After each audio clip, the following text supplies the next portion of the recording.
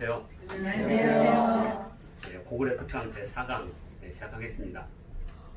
오늘부터는 이제 고구려의 이제 전기를 지나서 이제 중기로 접어드는 시기거든요. 오늘은 아마 우리가 배우는 고구려사가 대부분 이제 학교에서 배우는 것들은 좀 소략하거든요. 왜냐면 연대기적으로 이제 중요한 사건들만. 그러다 보니까 도대체 고구려 사람들 가운데 어떤 인물들이 어떤 역사적인 역할을 했는지 그런 걸 잘 모르게 되어 있습니다. 그리고 이제 이런 예를 들어서 태조대왕에 대한 연구 같은 것은 연구 과제, 논문에서만 볼 수 있는 거기 때문에 일반적인 책에서는 잘 나타나지 않습니다. 그냥 우리는 고구려를 세운 고주몽 이래 그냥 쭉 그냥 고구려가 그냥 혈통으로 이렇게 이어진다고 생각하지만 실제 연구를 보면 여기 우리가 알 수 없는 디테일들이 되게 많습니다. 그래서 오늘은 그런 얘기를 쭉 하겠습니다. 그래서 공부를 하다 보면 보통 우리가 이제 좌도우사라고 하거든요. 좌도우사라는 건 뭐냐면 내가 앉아서 역사를 공부할 때 왼쪽에는 지도를 놓고 오른쪽에는 역사책을 놓고 보라. 그래서 좌도우사입니다. 많이 쓰는 용어니까요. 그래서 우리가 역사 구도를 필요로 한 이유가 필요할 때 근데 이제 머릿속에 이렇게 지명이라든지 이게 국명이 있으면 금방 알거든요.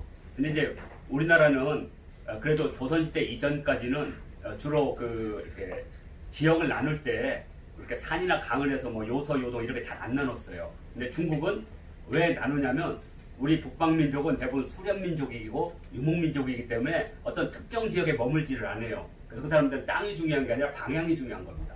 동쪽으로 갔다 서쪽으로 갔다. 근데 이제 중국인들은 농경민족이니까 땅을 가지고 다닐 수가 없잖아요. 그러니까 그 땅이 어떤 특정한 기준점을 잡아서 산이나 하천이나 호수나 이런 걸 가지고 지명을 만들어 버리는 거죠. 그리고 지명들은 거의 변하지 않습니다. 왜냐하면 강물이 갑자기 동쪽에서 서쪽으로 흐르고 서쪽에서 동쪽으로 흐르지는 않거든요. 그리고 산이 갑자기 없어지지는 않으니까. 그리고 이제 또한 이제 가장 어려운 게 뭐냐면 이제 국명입니다. 고대 이제 국명인데 한 지역은 중국은 이제 땅 이름을 가지고 국가명을 세웠기 때문에 그 국가를 보면 어느 지역에서 나온지를 아는데 문제는 그 지역에 있던 사람들이 다른 지역으로 이주를 하게 되면 그러면 나라가 예를 들어서 서진하면 진이란 땅이 대략 지금 낙양이라는 거 금방 알 수가 있습니다. 근데 동진하면 낙양이 아니죠. 동진은 동쪽으로 옮겼기 때문에 오늘 남경이에요. 그러니까 그런 이제 특수한 예들 그런 걸 하면 이제 왜 우리가 중국의 국명을 이해하려냐면 한국사의 전개 과정이 곧 북방민족과의 전개 과정이고 중국과의 관계 속에서 이어지기 때문에 항상 같이. 근데 교과서에서는 그냥 소략하게 나오죠. 그냥 전진. 로부터 불교가 들어왔다. 그러면 이제 그 전진이 이제 다음에 이제 동진과 전진이 도대체 같은 나라인지 한자가 다르거든요. 하나는 중국 발음은 친이고 하나는 찐이에요. 글자 자체가 다른 거죠. 그래서 이런 이제 역사를 배울 때 이렇게 오늘은 이제 주로 이제 요서 요동도 많이 배우게 되고 뭐 전년 후연과 같은 나라도 배우게 될 겁니다. 그러면 그런 이제 요소 나라 이름들이 대체 언제 많이 만들어지냐면 춘추 전국 시대에 만들어져요. 왜냐면 춘추 전국 시대에 이제 땅을 나눠주는 봉건제를 하면서 그 지역의 땅을 나눠주고 그 지역의 국명이 만들어지면서 그것이 세월이 변해도 계속 그래서 연하면 대략 우리가 할 때는 연이 이쪽 지역이거든요. 연. 그다음에 우리가 진나라 할 때, 진시황제 진나라 할 때는 이쪽, 진 이런 식으로. 그다음에 조나라 하면 이 정도, 위나라 이런 식으로 다 위치들이 있습니다. 오나라 하면 이게, 월나라 하면 밑에. 그래서 이제 보통 우리가 지도를 그리게 되면 여기가 오면 여기가 월땅이죠. 월땅. 그래서 이제 이 월땅에 있던 사람들이 이제 중국의 세력이 확장되면서 점점 남쪽으로 가게 되죠. 그래서 오늘은 베트남까지 가게 됩니다. 그래서 북베트남 사람과 남베트남 사람들은 기본적으로 인종 자체가 달라요. 남베트남 사람들은 남방의 폴리네시안계고 북부 베트남 사람들은 이 북방 이쪽 계열입니다. 그래서 얼굴 자체가 달라요. 그래서 주로 이제 남방계는 얼굴이 동동동글하고 북방계는 얼굴이 좀 길죠. 그래서 만약에 이렇게 베트남에서 오는 외국 여성분이 좀 얼굴이 동글동글하면 남베트남 출신이라고 보시면 되고요. 우리하고 얼굴이 비슷하면 북베트남 사람이라고 됩니다. 그래서 월남이라고 불렀죠. 그 월남을 베트남 말로 벤남이라고 했어요. 벤남. 그게 베트남이죠. 근데 이제 일본 사람들이 그 발음을 못하니까 벤 말을 못하니까 베트맨 이렇게 된 거죠. 걔들은 트럭이란 말 못하니까 도락부라고 한 거죠. 그래서 원래 말은 티베트가 아니에요. 토박. 정확히 말하면 토박인데 일본 사람들이 표기할 때 티베트 이렇게 한 거예요. 그래서 어떤 이렇게 지명을 많이 이제 오늘 공부해야 되는데 오늘 이제 우리가 배워야 될 인물은 태조대왕입니다. 태조대왕은 광개토대왕비에서 우리가 고구려 역대왕 3명이 나온다고 했죠. 추모왕, 그 다음에 대해주려왕, 그리고 세 번째, 두 번째 유리왕, 대해주려왕. 이렇게 3명이 나왔죠. 대무신왕이. 그리고 나서 그 다음에 이제 모본왕이 나와요. 모본왕. 근데 모본왕은 뭐 이렇게 포악했어요. 나오진 않는데 모본왕 때 이런 기록이 있어요. 고구려가 중국에 어양, 상곡, 태원을 쳤다. 그러면 어양, 상곡, 태원이 하냐면 어양, 상곡, 태원이에요. 태원. 참 미스테리한 기록이죠. 모본왕 때 이걸 쳤대요. 그러면 고구려가 여기 지금 국내성 여기인데 야 2,000km 여기를 쳤다. 참 쉽지 않은 일이죠. 그래서 이제 우리 학교에서는 이제 이렇게 하죠. 원래 우리 학교는 저희 삼국사기 기록을 안 믿으니까 잘 안 믿으니까 이것은 후대의 고구려 이야기를 앞에다가 이렇게 끌었다. 김부식이 이걸 옮길 때 그걸 모르고 여기다 옮겼겠어요. 그런 기록이 있으니까 옮겼겠죠. 그래서 나온 게 고구려는 2개의 세력으로 나눠져 있었다고 보는 거예요. 하나는 뭐냐면 오늘날 국내성으로 중심하는 세력, 그리고 이 지역에 있었던 원고구려 세력들, 이것을 양맥이라고 불렀다는 거죠. 양맥. 혹시 그 양맥이 했던 기록이 여기에 빗대시 아니에요. 그러면 이 양맥이 주도권을 잡았을 때 그 이전에 원고구려의 세력을 교체한 거겠죠. 그 교체한 왕이 태조대왕이 아닐까라고 추정이 가능하다는 거죠. 왜? 태조대왕 때 요서 10성을 쌓았거든요. 근데 이것도 참 믿을 수가 없죠. 요서라는 게 여긴데 여기에 10성을 쌓았다. 참 쉽지 않은 거죠. 근데 이제 그 앞에 모본왕. 그 모본왕은 추모, 유리, 대무신왕으로 이어지는 왕계죠. 왕계. 근데 태조대왕은 달라요. 대무신왕에게는 크게 3명이 나오는데 대무신왕에는 이쪽이 이제 모본이죠. 모본. 그다음에 민중이 있고, 그다음에 여기에 제사가 있습니다. 그러니까 이게 3대 왕이고, 이게 4대 왕이고, 이게 5대 왕인데, 요 6대 왕 제사의 아들이 바로 우리가 말하는 태조대왕이에요. 제사. 근데 이 제사는 또 이 대무신왕의 아들로 나오지만 추모왕 때 추모왕과 함께 고구려를 건국한 6명의 현인들이 있었죠. 거기에 마의를 입은, 그죠? 가롯을 입은 극제사가 있었죠. 제사. 극시성을 줬다죠. 제사. 그 제사와 이 제사는 또 누굴까요? 그죠?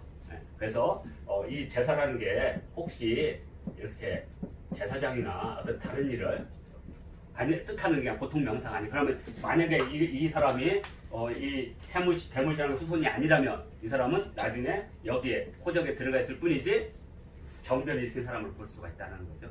그래서 태조대왕이 등장하게 됩니다.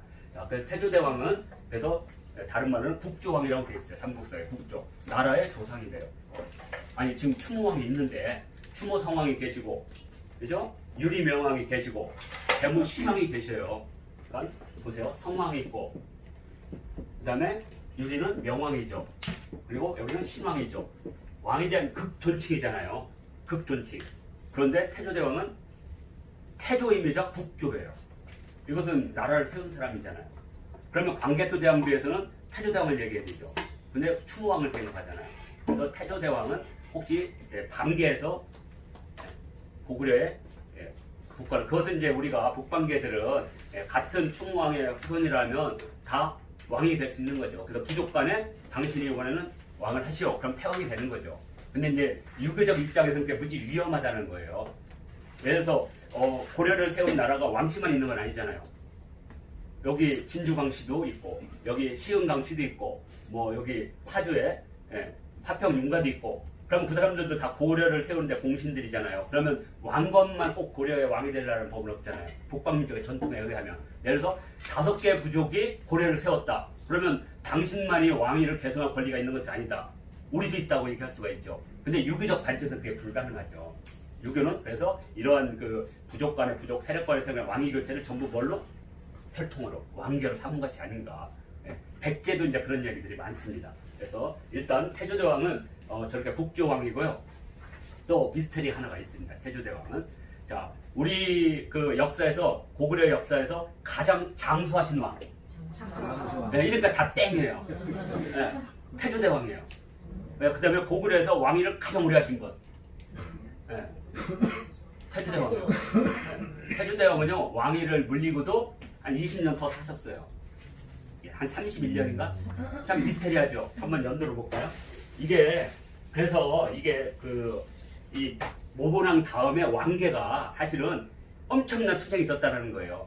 그러니까 그 왕들의 계보를 정할 수 없으니까 태조대왕을 딱 놓고 그 안에 수없이 벌어졌던 일들을 그냥 태조대왕 일로 탁 하면 되겠죠. 예, 왜냐면 우리가 역사를 너무 믿지 말라는 겁니다. 자, 그래서 태조대왕의 나이는 119세예요. 있겠어요? 47년에 태어나셔서 165년까지 사셨어요. 왕위를 물리고도 19년을 더 사신 거죠. 그 다음에 재위는 몇 년이냐? 재위는 무려 93년입니다. 53년부터 146년까지. 참 대단하죠? 그러면 장수왕하고 한번 비교를 해보겠습니다. 왜 우리가 장수왕은 이름에 장수가 있으니까 엄청나게 오래 산 것처럼 보이지만 태조대왕에 비하면 정말 세 발의 피입니다. 자, 장수왕께서는요 나이가 97세예요. 97세. 그냥 오래 사셨죠. 그러니까 이분은 22살을 더 사신 거죠. 22세를. 그래서 이분은 394년에 태어나서 491년까지 사셨습니다. 근데 재위는 78년 하셨어요. 78년. 413년부터 491년. 그래서 고구려에는 알 수 없는 연호들이 많아요. 그래서 이 연호 가운데 저는 이제 연호에는 그 연호의 뜻이 다 담겨 있어요.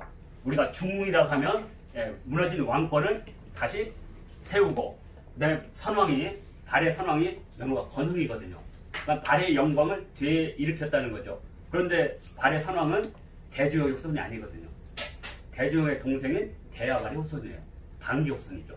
근데 그 사람이 나라를 세웠기 때문에 아마 연호를 건흥이라고 했을 거예요. 내가 나라의 기틀을 다시 세웠다. 건국이라는 가만 못하고. 그죠? 네? 그래서 이런 식으로 장수왕의 연호는 건흥이거든요. 건흥? 이건 누구나 다 인정하는 겁니다. 그런데 알 수 없는 연호 중에 두 개가 있어요. 하나는 뭐냐면 연수가 있습니다.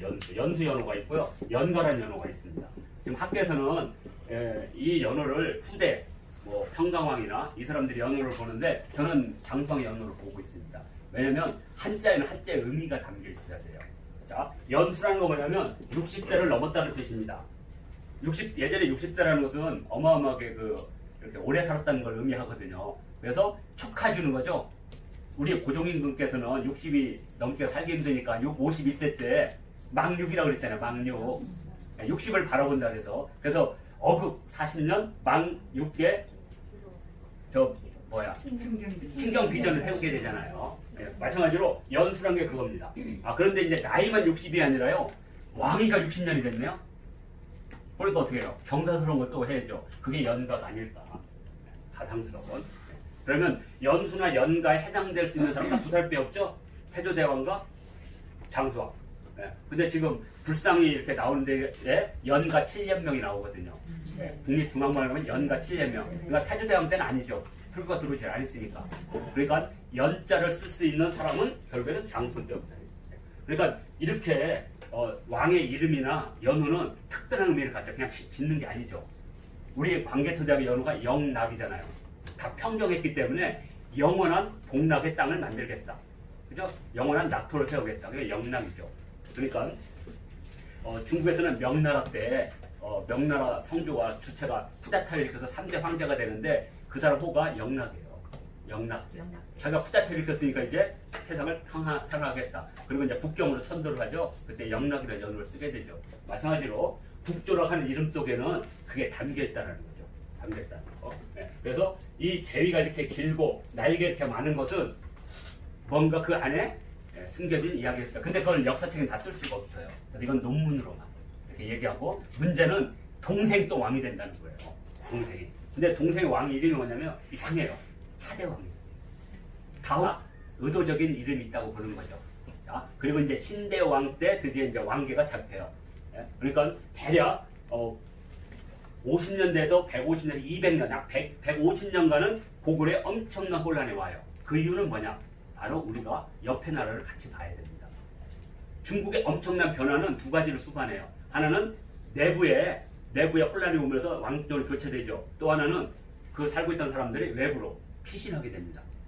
피신하게 돼요. 그러면 좀 더 안정적인 지역으로 오면서 거기서 정치 변동이 오겠죠. 그게 뭐냐면 중국에서 184년을 중요시 여겨야 됩니다. 동아시아 역사에서는 이 184년이 갖고 있는 의미가 무지 큰 의미입니다. 왜냐하면 이때부터 동아시아의 모든 국제 정서가 다 뒤흔드는 시기입니다. 바로 황건 농민군의 공기, 황건적의 난이라고 부르는 이게 일어납니다. 그래서 이 난이 궁극적으로 몇백 년을 가냐면 589년까지 가게 됩니다. 589년까지 가는 건 뭐냐? 수나라가 천하를 통일하면서 중국이 이제 단일한 하나의 통일 왕조가 들어서는 시기입니다. 그러니까 400년 분열기가 시작되는 거예요. 이 400년 분열기를 우리가 이해해야만 광개토 대왕의 시대를 또 이해할 수가 있습니다. 이렇게. 그러니까 항상 역사는 계기적으로 일어나고 주변 국가의 관계 속에서 이렇게 파괴된다는 거.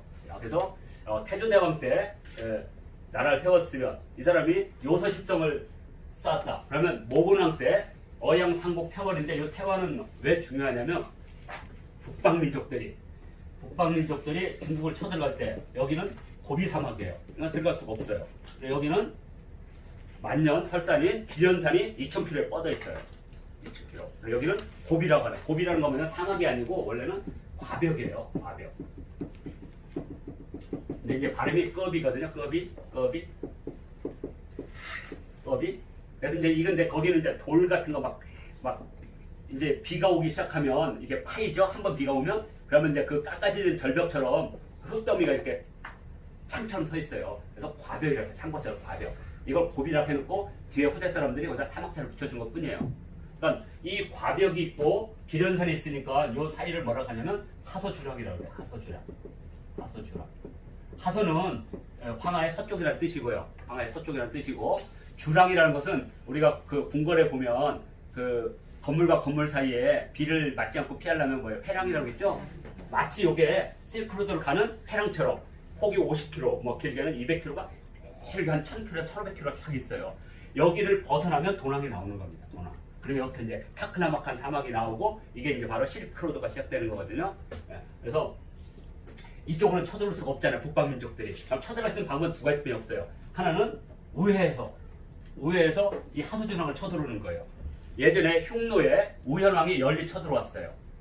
그래서 그 흉노 우현왕이 여기를 쳐서 기련산을 차지하면서 이 지역에 대한 그 무역의 교역의 이득권을 찾았죠. 그 후손 가운데 김일제라는 사람이 결국에는 한무제한테 넘어가게 되죠. 한무제를 구해주는 인연으로 투후가 되고 나중에 성을 김씨를 주게 돼요.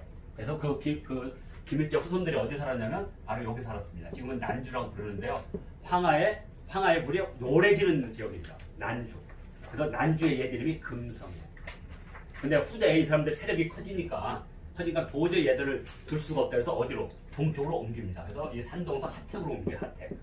하택을 어디냐면 우리 그 장보고가 이렇게 가면 적산이라고 해서 가죠. 청도. 거기 하택이에요. 하택. 그래서 하택의 옛 이름이 금성이에요. 근데 이 금성에 살고 있던 이들이 누구하고 연합을 해서 반란을 일으키냐면 왕망과 연합해서 반란을 일으켜요. 그래서 근데 왕망이 신나라를 세웠는데 진짜 신짜죠. 근데 6년에 세워서 23년에 망해요. 그리고 이제 후한이 들어오면서 그 후한을 세운 사람이 광무제거든요. 그래서 자기가 한나라 옛날에 주나라를 세운 무제 또는 한무제 그걸 본받아서 다시 그 무왕의 영광을 되살리면서 광무라고 부르는 거예요. 그 광무를 우리 고종임금이 다시 연으로 쓰게 되는 거죠. 광무 속에는 영광을 되살린다고 하는 의미를 담고 있죠. 근데 우리 고종임금은 못 살렸고 후한은 살린 거죠. 광무제 유수. 그때 이제 그 패배한 왕망이 죽으면서 왕망과 연합을 했던 그 김씨들이 어디론가 도망갔어요. 어디로 갔을까요? 이게 중요하죠. 지금 일부 역사학계에서는 그게 바로 김수로와 기말지라고 보는 거예요. 그리고 문무왕릉기에는 자기들이 김일제의 후손이라고 하고 있습니다. 실제로. 그리고 경주 낭랑 김씨 부인 묘에서도 자기들이 뿌리가 흉노라고 생각했어요. 예전에 KBS에서 그 방송을 했을 때 김씨들이 난리 났어요. 우리가 왜 오랑캐 후손이냐고. 흉노를 오랑캐로 생각하는 거예요. 이렇게 사실은 고조선 때는 연합 세력이라고 보시면 돼요. 북방민족들은. 그러니까 우리는 그 사람들은 부역의 흉노일 수도 있고 흉노의 부여일 수가 있는 거죠. 부여가 세지면 부역 흉노계고 흉노가 세지면 흉노 부역계가 되는 거죠. 이게 그런 이제 이 북방민족의 연합 정치를 모르면 중국식 사고를 하게 돼요. 유교적 사고. 어떤 이렇게 해서 이 요서십성을 쌓았다면 적어도 태조대왕은 이 지역 사람이라는 거죠. 근데 이 태원이 왜 중요하냐면 이 태원이 바로 오대산이 있는 곳이고요. 해초 스님이 이 오대산 여기에 입적을 하셨죠. 오대산에. 그리고 바로 태원을 중심으로 나중에 천하를 통일하는 당태종이 여기 출신이에요. 그러면 왜 태원이 중요한지 알겠죠? 북방민족을 막으려면 여기를 막거나 여기를 막아야 돼. 근데 이제 우리는 이렇게 보면 다 이렇게 고구려를 침략할 때 이렇게 침략하면 제일 가까운 것처럼 보이죠. 이것은 군사 전략적으로 무지 힘든 전략인데 왜? 강이 수억 개 많거든요. 영정하, 난하, 대능하 이런 강들이 있으면 여기에는 건너가 부교를 해야 돼요. 그러면 진격을 못해요. 그래서 항상 상류를 갑니다. 상류는 다리를 건너가지고 바로 건너갈 수가 있거든요. 그래서 바로 중국을 쳐들어갈 때는 강의 상류인 어양상국 태원을 쳐들어가게 돼 있어요. 이게 바로 그래서 어양상국 태원을 딱 지나면 여기가 바로 낙양이에요. 낙양을 치면 그냥 막을 데가 없어요. 황하는 강이니까 산이 없으니까. 그래서 어양상국 태원을 쳤다는 것, 뭐 우리 역사께서는 이 부분에 대해서는 믿지 않겠다라고 하지만 기록을 본다면 적어도 고구려가 이 지역에 어떤 형태로든지 진격했고, 그랬더니 이 기록에 따라서 모보랑 다음으로 민중왕이 있고 모보랑 다음으로 왕위를 했던 우리 태조왕 때 요서십성을 쌓았다는 것이 가능성이 있다는 얘기죠. 왜냐면 이건 우리가 이제 고증하는 건 아니니까. 자 그리고 이제 그래서 태조대왕은 어떻게 보면 고구려의 이제 중기를 세운 사람이에요. 자, 그런데 우리가 역사를 공부할 때 항상 영광만이 존재하지 않는 거거든요. 그래서 역사를 보는 눈이 여러 가지 관점이 있습니다. 경제적인 관점도 가야 되고, 근데 이제 제가 한번 이제 이걸 꿈꿨는데 이것을 책으로는 만들지를 못했어요. 논리적으로 만들었는데 그게 뭐냐면 제가 만든 게 그때 쓰려고 만들었던 게 주식회사 고구려였어요. 그러니까 하나의 회사를 창업해서 폐업할 때까지 수없이 많은 회사의 부침이 있죠. 그러면 뭐 M&A도 있을 거, 인수합병도 있을 것이고 신제품 개발도 해야 되고 안 되면 CEO를 전문 경영인을 데려와야 되고 이런 관점으로 보면 회사의 운영과 한 국가의 운명도 비슷하게 간다는 거죠. 그래서 고구려에는 창업부터 시작해서 여기는 이제 폐업이죠, 폐업. 근데 폐업인데 고구려는 폐업으로 끝난 게 아니고 바로 간판을 바꿨죠. 회사 이름이 바뀐 거죠. 발해로. 아주 특이한 형태죠. 그리고 이들이 이렇게 망해서 이렇게 뭐 제품이 안 팔려서 망한 게 아니라 이 정도 북세가 여기부터 시작해서 북세가 어느 정도 커졌을 때 그래서 망할 때 비참하게 망하지는 않은 거죠. 비참하게 망하지는 않은 거죠. 그래서 이런 관점으로 본다면 이 지금 추모가 왕을 세운 후에 태조대왕 때 이제 발전할 수 있는 기틀을 마련했는데 요 기간이 고구려에서는 가장 시전기죠. 시전기. 왜냐하면 추모왕의 영광을 가지고 살기에는 이제 너무 정세가 변했어요. 그게 바로 184년 일이라는 거예요. 이 184년 일로 중국 자체가 요동을 치는 겁니다. 국제 정세가 요동. 그래서 이제 우리가 이제 여기 삼국지 별로 이제 저는 뭐 이렇게 삼국지 그렇게 썩 좋아하지는 않습니다. 왜냐면 우리나라에서 이제 삼국지를 써서 이름난 작가가 3명이 있어요. 이문열, 황석영, 그다음에 아직 생각 안 났다. 이문열도 있었고 장정일 맞죠? 이문열, 황석영 이런 분들이 삼국지를 썼는데 삼국지를 아이들한테 많이 보여준다고 하잖아요. 근데 삼국지가 과연 아이들에게 교훈적인 게 있냐 이거죠. 첫째는 남이 나라 이야기예요. 남이 나라 이야기. 두 번째로는 배신의 역사예요. 끊임없이 배신합니다. 친구를 배신하고. 그죠? 그리고 겨우 나라 해봤자 220년부터 265년 이야기예요. 45년 이야기. 중국 역사도 그렇게 중요한 역사도 아니에요. 근데 중국 역사가 왜 이렇게 중요하냐? 그 이유는 딱 하나예요. 자, 한나라 이후에 중국은 정통성이 무너집니다. 왜 무너지느냐? 북방민족이 들어와서 180년 이후에는 북방민족의 시대가 돼버리는 거예요. 네, 막 선비족부터 시작해서 오한, 흉노, 탁발선비 막 하다 보니까 정통성이 무너진 거죠. 정통성이. 그런데 그 정통성을 가질 수가 딱 하나가 있어요. 바로 유비. 네, 유비가 한나라 정왕, 중산 정왕의 후손이라고 하잖아요. 그거 뭘로 알아요? 칼 하나. 네, 얼굴이 닮았다는 의미는 없어요. 네? 자, 그러면 내가 칼 들고 나는 이 사람의 후손이다라면 이 사람이 전쟁에 승리하면 후손이 되는 거고 패배하면 역적이 되는 거예요. 아무도 믿을 수가 없습니다. 그래서 그 유비를 통해서 누구를 가냐? 바로 이제 북방을 다 뺏겼는데 남쪽에 나무꾼 출신 한 명이 등장을 해요. 이 사람이 유유란 사람인데 유유란 사람이 송나라를 세워요. 그래서 남조를 세우게 됩니다. 남조. 그래서 송, 제, 양, 진. 그리고 북쪽은 북방민족을 찾은 북조죠. 그리고 이전에는 뭐가 되느냐? 바로 5호 16국 시대죠. 그러니까 지금 이제 태조대왕 이후에 고구려가 힘들게 되는 것은 이제 중국의 변화가 고구려에 상당히 영향을 끼치게 되죠. 자, 그래서 이 북조는 오랑캐 그때 당시로서는 나중에는 이제 당나라가 이제 자기들이 북조 출신이거든요. 그러니까 자기들 오랑캐인 거예요. 그래서 북사를 써요. 남사를 쓰고. 그래서 남사와 북사를 합해서 남북조 시대라고 이름을 줘버린 거예요. 그래서 두 개를 합해서 드디어 수나라, 당나라를 이어지는 정통성을 본 거예요. 왜? 수나라를 부정하면 당나라를 부정해야 돼요. 그래서 당나라가 고구려한테 수나라를 정벌하고 수나라를 막아내고 수나라 병사들의 뼈를 모아서 승전탑을 세우게 돼요. 고구려가. 그걸 경관이라고 했거든요. 요동성 앞에 세웠는데 꼭 사신들이 가면 그 앞을 지나가게 하는 거예요. 그러면 고구려 아이들이 쫙 앉아서 뭐라 그랬어요? 수나라 병사들아, 수나라 병사들아, 요동을 건너지 마라. 요동을 건너가야 되면 늑대밥이 되리라. 늑대밥이 되리라. 이 노래를 부르면서 아시죠? 엿먹으라고 이렇게 뿔딱 팍 나는 거죠.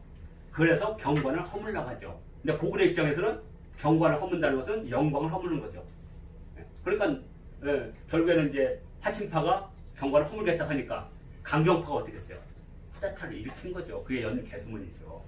그건 이제 우리가 나중에 또 배우기로 하고. 자, 그래서 이 태조대왕 때 기틀을 마련했는데 이 기간 184년부터 거의 우리 371년까지죠. 이때도 고구려가 가장 위기입니다. 뭐 물론 이제 그 사이에 미처랑도 있고 있지만 왜 그러냐? 바로 이 지역이 반란이 일어나니까 여기가 무주공산이 되죠. 반란이. 그러면서 이 북방에 있던 선비족들이 내려오게 됩니다.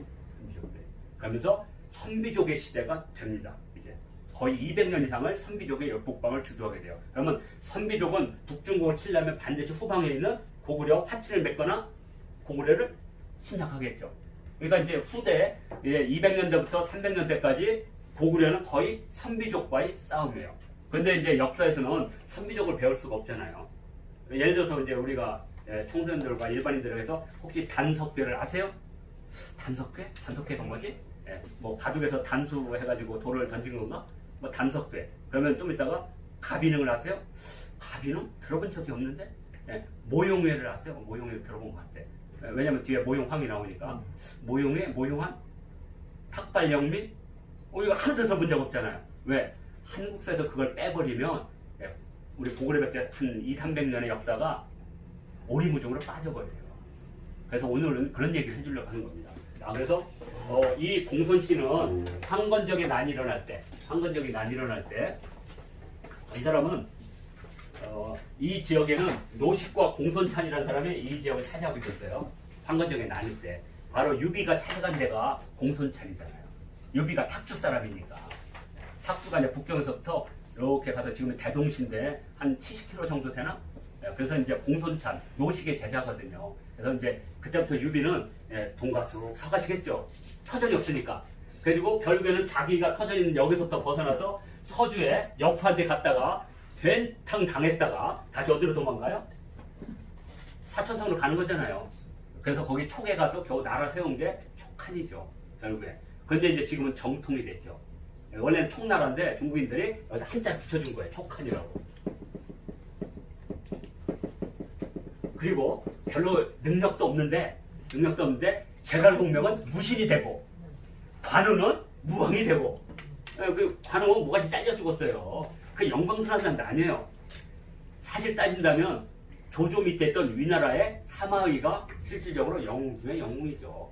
그런데 이제 우리는 다 나쁜 놈들이야. 그리고 유비, 관우, 장비, 조자룡, 황충, 마초하면 막 엄청 대단한 것 같아. 별거 아닙니다. 전국구가 아니고요. 어디 저쪽 해남이나 어디 서산, 해미 동네 깡패 중에 좀 쌈 잘하는 애들이에요. 귀도 크고. 근데 성이 유씨야.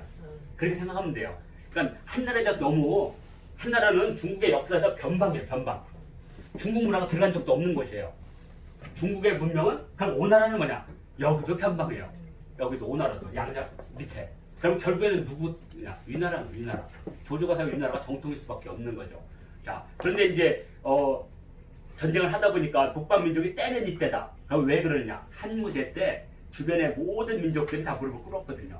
우리 유만조선부터 시작해서 남쪽도 그렇고. 그러니까 이제 북방민족은 때가 된 거죠. 때가 184년이 되면. 근데 이제 중국을 왜 못 쳐들어가느냐? 전쟁 중에는 무력이 가장 강해요. 무력 중에. 전쟁이 끝날 때 그때부터 내분이 일어나요. 왜? 군인들한테 뭘 줘야 되잖아요. 전리품을. 자, 그러면서 265년에 사마이라는 사람이 쿠데타를 일으켜서 결국에는 265년에 진나라를 세우게 되죠. 자, 진나라를 세울 때 그 숱한 전란을 지금 거의 한 80년 전란이 있었잖아요. 그러니까 군인들의 시대가 된 거예요. 군벌들의 시대. 그러니까 군인들이 가만히 있겠어요? 거기다가 형을 도와서 나라를 세웠는데 조카가 삐리삐리해. 해제라고. 두 번째 해제. 진해제. 자, 근데 이 해제에게는 그래서 가태호가 있고 양태호가 있는데 이 양태호는 무력적 기반으로 해서 진나라를 세운 유력한 가문이었는데 이 무제 입장에서는 위무제 입장에서는 이런 애들이 득세하면 안 되잖아요. 그래서 이번에는 자기 아들한테는 좀 문신계열의 집안에 가씨를 집어넣은 거예요. 그러니까 이 시어머니 양씨와 양태호와 가태호 간에 뭐가 일어나겠어요? 팍 일어나죠. 중국 역사상 3대 악녀라고 부르는 가태호. 별명은 철수무정입니다. 쇠의 손에 정이 없다. 3,000명 죽였다고 그래요. 근데 이제 양태호를 죽이기 위해서 내분이 일어나니까 힘이 없잖아요. 이 가씨는 어떻게 했냐? 삼촌들 도와주세요. 저 양씨들이 나라를 먹으려고 합니다. 사마씨의 나라인데. 그러니까 삼촌들이 딱 보니까 이게 때가 된 거죠. 그래서 8명이 안으로 들어온 거예요. 그러니까 파랑의 난이라고 합니다. 그래서 16년, 17년 동안 이제 양씨들을 다 몰아내면 돌아가야 되잖아요. 다시 땅으로. 얘들 왜 돌아가요? 조카 보니까 다 삐리삐리한데 해제를 받고 멍충이었거든요. 그러니까 앉아가지고 싸우다 보니까 군사력이 모질라니까 어떻게 했어요? 북방민족들을 데려다가 용병을 쓰기 전. 그러니까 북방민족에서 보니까 얘들 완전히 콩가루예요. 그러니까 야 우리도 한번 할 수 있냐? 쟤들이나 우리나 다 같이 똥 싸고 오줌 싸고 뭐 별로가 없는 것 같아. 생긴 것도 뭐 내가 더 잘생긴 것 같고. 그래서 흉노족 가운데 유연이라는 사람이 처음으로 봉기를 일으킵니다. 그걸 영가인 아니라고 해요. 그래서 304년에 이 흉노의 유연이라는 사람이 그럼 왜 이름은 유연이냐? 이 사람이 일어난 땅이 이 지역이에요. 그러니까 여기가 유씨 집안이니까 내가 사실은 알고 보면 흉노가 아니고 유방의 후손이다. 성을 유이현으로 바꿔요. 흉노인데 이렇게. 네. 그러니까 예전에는 다 자기가 다 로마의 누구누구의 그 황제의 후손이라고 다 뻥치는 거잖아요. 다 이민족들이 다 우리가 로마의 후손이라고. 그러니까 얘도 유연이라고 이름 바꾸고 304년에 최초로 나라를 세워버립니다. 그러면 나중에는 뭔가 성한이라고 부르는데 후자후자 들어가면 그게 이제 조입니다. 조. 그래서 전조, 후조. 여기는 이제 전조, 후조가 되죠. 그러면 이걸 보니까 선비족들도 우리도 한번 나라를 세울까? 그러니까 비슷한 시기에 여기도 전년을 세우고 또 후연이 되는 거죠. 자, 이게 5, 16국 시대의 가장 강력한 세력으로 봅니다. 이 후조 이 사이에 누가 있냐? 이 두 개를 다 통일하는 세력이 한번 잠깐 나타나요. 정말 잠깐 나타납니다. 이게 전진이에요. 후조. 그리고 여기는 후진이 있죠. 전진. 바로 우리가 역사에서 배우는 전진이 바로 이 전진입니다. 전진의 왕인 북연이 있는데요. 이 북연이라는 사람은 자기가 불교를 받아들여서 이 땅을 정말 불국토로 만들 꿈을 꾼 사람이에요. 그래서 이 사람은 우리 동방까지는 서둘러 생각을 못했어요. 그러니까 불국토를 두 개를 생각한 거겠죠. 하나는 고구려의 불국토와 하나는 자신의 불국토. 그래서 거기서 아도와 순도를 고구려에 보내게 되죠. 그건 이제 이따 얘기고, 지금 얘기는 자 여기서 이제 공손찬 세력이 무너지면서 이 세력을 비집고 들어온 사람이 바로 공손도라는 사람이에요. 이 공손도라는 사람은 요동에서 태어났는데, 여기서 그때 당시 요동 현도 태수가 이름이 공손역인데 아들이 공손표였어요. 근데 공손표가 일찍 죽어요. 근데 공손도의 원래 이름은 공손표였어요. 공손표. 그러니까 자기가 이렇게 보니까 자기 밑에 부하가 이름이 공손표인데 죽은 아들과 너무 똑같아요. 그래서 양아들을 삼아요. 그래서 얘를 키운 거예요. 그래서 나중에 현도태수 되고, 그리고 이제 조조가 위나라를 세우니까 조조가 이제 난리 일으켜서 위나라를 세우니까 독립해서 그 지역에 자기만의 정권 약 50년 동안 4대에 걸쳐서 나라를 세웁니다. 뭐 삼국지와 비슷하죠? 삼국지도 45년이잖아요. 이거 50년. 그러니까 엄청난 이 요서 지역에 교도를 확보한 지역 토호예요. 자, 이것이 고구려한테는 어떤 의미를 갖냐? 중국의 전란을 막아주는 방파제 역할을 했다는 거죠. 자, 이 방파제 역할이 끝나면서 이제 중국에서도 위나라가 통일하니까 고구려와 위나라 사이에 요 알토란 같은 이 공손씨가 지금 요동 지역을 엄청나게 개간해놨잖아요. 인구도 많고 당시 가장 평화스럽고 생산력이 높았다 그래요. 눈독을 돌리겠죠. 그러면서 이제 중국과 고구려 사이에 치열한 전투가 벌어지기 시작합니다. 자, 그래서 이 공손씨 정권을 무너뜨리면서 이제 우리가 잘 아는 동천왕 시대가 오게 됩니다. 이제 동천왕 시대 바로 전에 명림답부도 공부하겠습니다. 자, 제 1강은 여기서 마치도록 하겠습니다. 2차 1강은 4강은 마치도록 하겠습니다.